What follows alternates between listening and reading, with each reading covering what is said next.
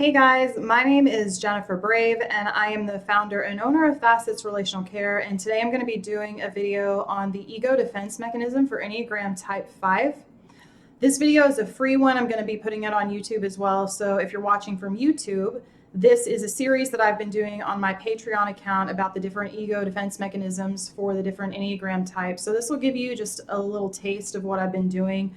If you like it and you want to go listen to more about your own number, you can go over to that website. You're going to find the link in the description box underneath of the video.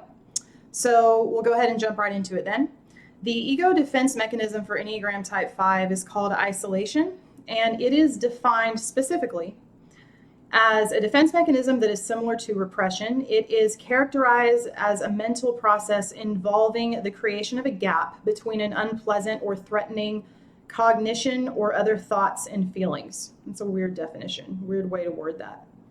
So there are a couple of different ways to approach isolation as a defense mechanism for Enneagram Type 5.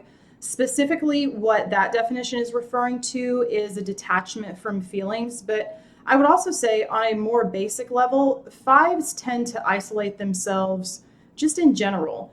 If you know a five, they're probably a very reclusive person, and if they're not, they're usually very selective about how much of their energy that they give to another person or a conversation or an interaction. They're very selective about the information about themselves that they share with other people. They almost always don't want to involve or engage in any way in an emotional conversation. Sometimes some fives are really good at listening to you talk about how you feel, but it's really rare that they'll open up and kind of share that back. Isolation in this sense can be quite literal, and there's a reason for that. So fives very much fear becoming dependent on other people.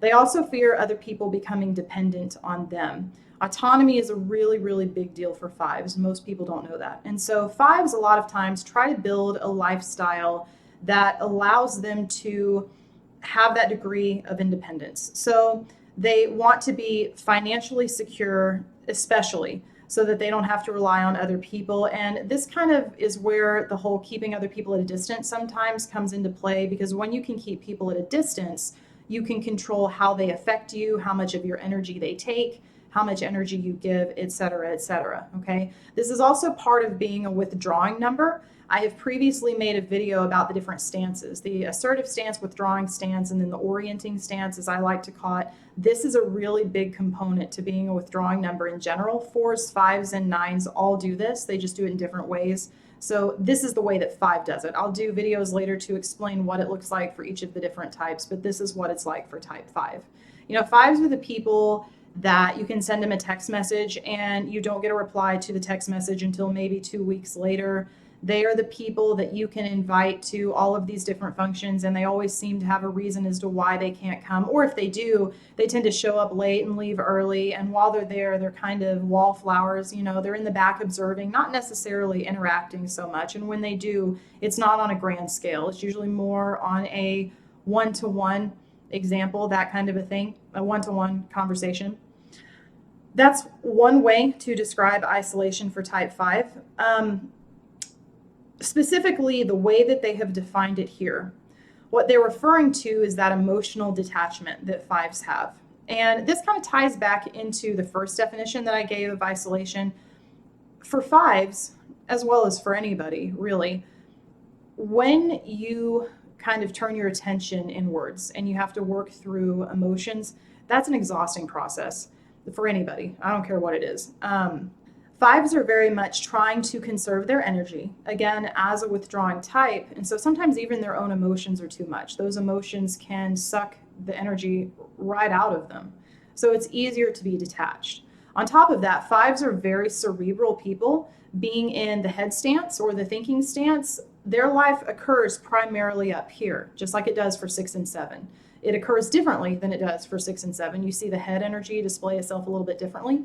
That'll come in later videos, but for 5, life is very much up here, so it doesn't go through the heart first, if that makes sense.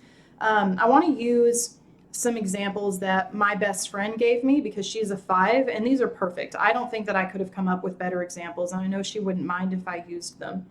She's given me 2. She said one time that she feels like her life is a movie and she's watching it in the audience. So there's this sense of detachment there. She also talks about she'll have an emotional reaction to something, but it doesn't occur to her that she's having it right away. It kind of comes and happens later. So she could be at work and somebody could say something to her that was offensive to her or that hurt, and she processes it in an intellectual way. She may have the thought, well, that person's an asshole, like fuck them, they need to go away, I don't want to deal with this person. And then she comes home, and a few hours later it's like she'll have this epiphany: oh hey, my feelings are really hurt by that, I didn't like that. So, specifically speaking, the definition of isolation that I read to you is talking about that. But again, fives isolate in a variety of different ways. And again, all of it is to preserve the energy. And for fives, emotions kind of suck the energy out of them. Okay. So, that's what the isolation defense mechanism is for Enneagram type 5.